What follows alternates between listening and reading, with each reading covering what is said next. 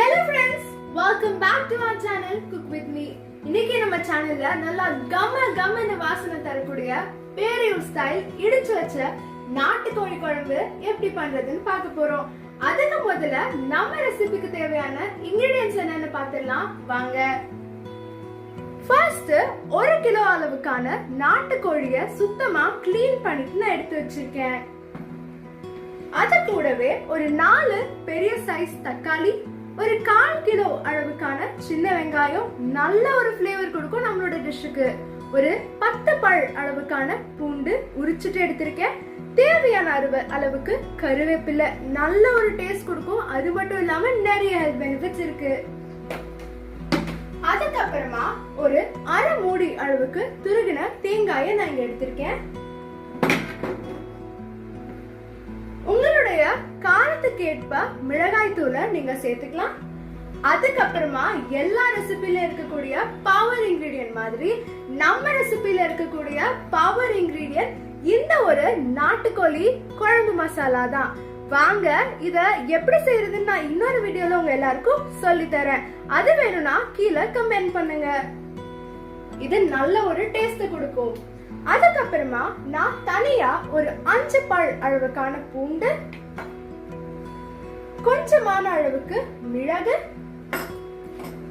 கொஞ்சமான அளவுக்கு சோம்பு, இது கூடவே சேர்த்து இந்த சின்ன வெங்காயத்தையும் நம்ம இந்த மாதிரியான ஒரு இடிக்கல்ல போட்டு நல்லா இடிச்சு நம்ம எடுத்துக்க போறோம். எல்லா ரெசிபிக்கும் இன்னும் ஒரு சூப்பர் இன்கிரிடியன்ட் இருக்கணும். அப்படிப்பட்ட ஒரு சூப்பர் இன்கிரிடியன்ட் தான் இந்த ஒரு நல்லெண்ணெய். இன்னைக்கு நம்ம நல்லெண்ணெயில தான் இந்த ஒரு குழம்பு வைக்க போறோம். இது செக்கில் ஆட்டின சூப்பரான நல்லெண்ணெய். இப்ப நம்ம ஒரு கடாய் எடுத்துட்டு கடாய் சூடாகிற வரைக்கும் வெயிட் பண்ணலாம். அதுக்கப்புறமா இது கூட நம்ம நல்லெண்ணெயை சேர்த்துக்கலாம். இப்போ கடாய் நல்லா சூடானதுக்கு அப்புறமா நல்ல எண்ணெயை ஊத்திருக்கோம். எண்ணெய் இப்ப நல்லா சூடாயிருக்கு. இது கூட நம்ம எடுத்து வச்சிருக்க கூடிய சின்ன வெங்காயத்தை சேர்த்துக்கலாம். கொஞ்சமான அளவுக்கான சின்ன வெங்காயத்தை நீங்க தனியா எடுத்து வச்சுக்கோங்க.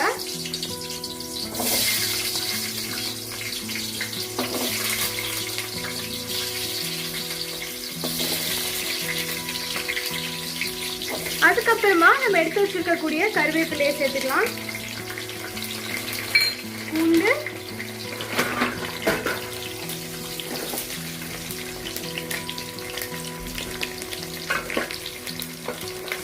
வெங்காயம் நல்லா வதங்கி வர அளவுக்கு வெயிட் பண்ணலாம்.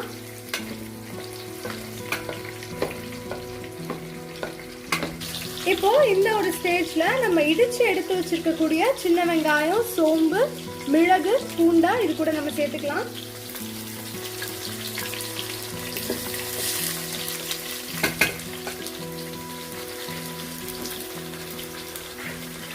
சேர்த்துட்டு நம்ம நல்லா கலந்து விட்டுக்கலாம்.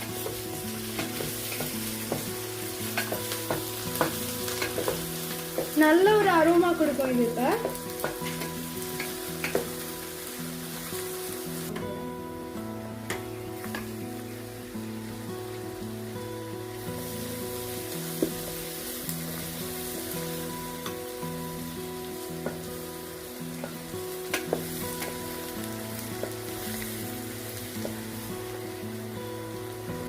இப்போ இந்த சின்ன வெங்காயம் பாத்தீங்கன்னா நல்ல ஒரு கண்ணாடி பதத்தை தாண்டி ஒரு பொன்னிறமா வந்துருச்சு.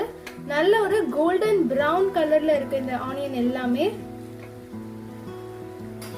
சின்ன வெங்காயம் இந்த பதத்துக்கு வந்ததுக்கு அப்புறமா இது கூட நம்ம கட் பண்ணி வச்சிருக்க கூடிய 4 பெரிய சைஸ் தக்காளியை சேர்த்துக்கலாம்.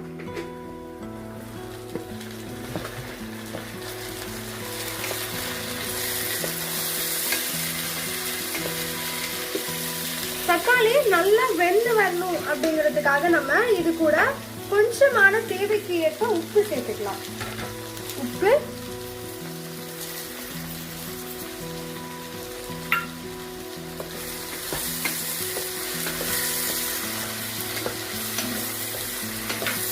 நல்லா கலந்து விட்டுக்கோங்க. தக்காளியோட தோல் தனியா, தக்காளி தனியா நல்லா பிரிஞ்சு வர அளவுக்கு நல்லா வதக்கிக்கோங்க. இப்போ நல்லா தெரியுதா உங்களுக்கு? நான் சொன்ன மாதிரி தக்காளியோட தோல் தனியா, தக்காளி தனியா நல்லா பிரிஞ்சு வந்திருக்கு. இந்த ஒரு ஸ்டேஜ்ல நம்ம காரத்துக்கு ஏற்ப மிளகாய் தூளை நம்ம சேர்த்துக்கலாம். நான் 1 ஸ்பூன் அளவுக்கான மிளகாய் தூளை சேர்த்துக்கிறேன் என்னோட காரத்துக்கு ஏற்ப. இப்போ நல்ல மிளகாய் தூளை கலந்து விட்டுக்கலாம்.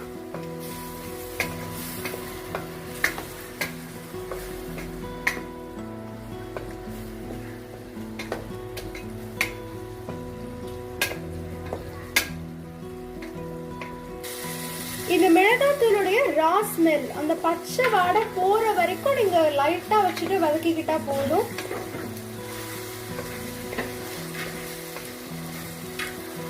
இப்போ வராங்க நம்மளுடைய சூப்பர் ஹீரோ, நம்ம பேரையூர் நாட்டுக்கோழி குழம்போடைய சூப்பரான மசாலா. இதுதான் நம்மளுடைய குழம்புக்கு நல்ல ஒரு ஃபிளேவரையும் டேஸ்டையும் கொடுக்க போகுது. இதோட வீடியோ உங்களுக்கு வேணும்னா முன்னாடியே சொன்ன மாதிரி கமெண்ட் பண்ண மறந்துடாதீங்க.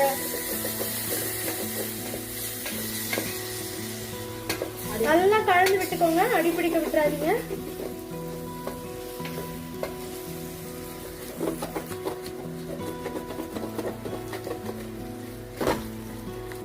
இப்போ நம்மளுடைய மசாலா நல்லா அந்த ஒரு ரா ஸ்மெல் போற வரைக்கும் அதையும் நல்லா வதக்கிட்டு நான் இங்க எடுத்திருக்கேன்.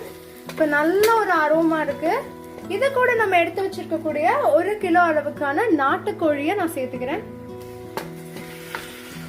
இந்த நாட்டுக்கோழியை சேர்த்துட்டு நீங்க நல்லா அது மேல மசாலா படுற அளவுக்கு கலந்து விட்டுக்கோங்க.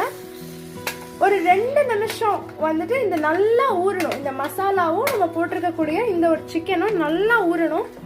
அந்த வரைக்கும் வெயிட் பண்ணுங்க. அதுக்கப்புறமா நீங்க இது கூட தண்ணி சேர்த்துக்கலாம்.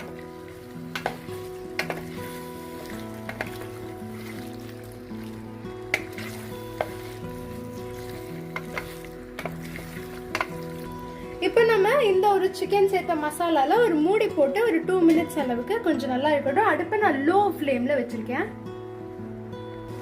இப்போ நம்ம வச்சிருக்க கூடியதை ஓபன் பண்ணிட்டு கீழே அடிப்பிடிச்சிடாம இன்னொரு தடவை நம்ம இதை நல்லா மிக்ஸ் பண்ணி விட்டுக்கலாம். கீழே அடிப்பிடிக்க விட்டுறக்கூடாது. இதை நல்லா மிக்ஸ் பண்ணிட்டு நம்ம இது கூட அரைச்சு வச்சிருக்க கூடிய ஒரு அரை மூடி அளவுக்கான தேங்காயை நான் இது கூட சேர்த்துக்கிறேன். நான் மிக்ஸில இதை நல்லா கிரைண்ட் பண்ணிட்டு எடுத்து வச்சிருக்கேன். இதை நான் இது கூட சேர்த்துக்கிறேன். நம்ம நல்லா இதை மிக்ஸ் பண்ணிக்கலாம்.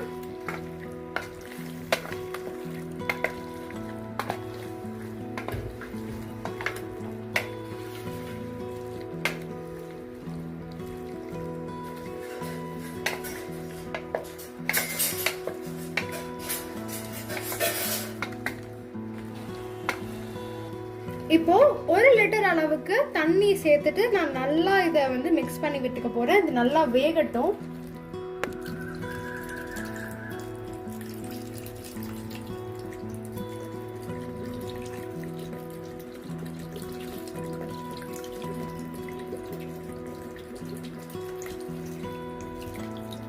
இப்போ இது நம்ம தண்ணி ஊத்துனதுக்கு அப்புறமா நல்லா மிக்ஸ் பண்ணிக்கோங்க.